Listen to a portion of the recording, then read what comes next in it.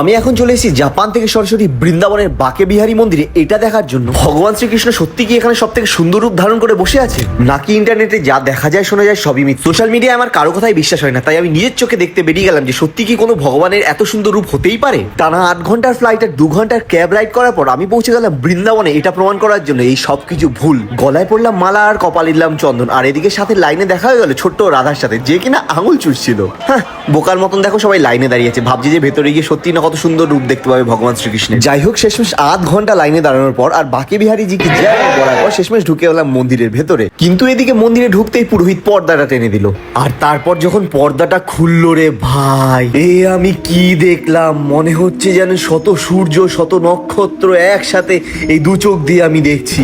শুধু এই পৃথিবীতে কেন, গোটা বিশ্বে গোটা মহাজগতে এর থেকে সুন্দর রূপ আর কোথাও নেই। আমার এক জনমের সমস্ত ভাষা শেষ হয়ে যাবে এ রূপের বর্ণনা করতে গেলে। আমি কি দেখলাম গাইস, কি দেখলাম, আমার জীবনটাই সার্থক হয়ে গেছে। কি অপূর্ব রূপ, কি অপূর্ব রূপ গাইস। রাধে রাধে রাধে রাধে।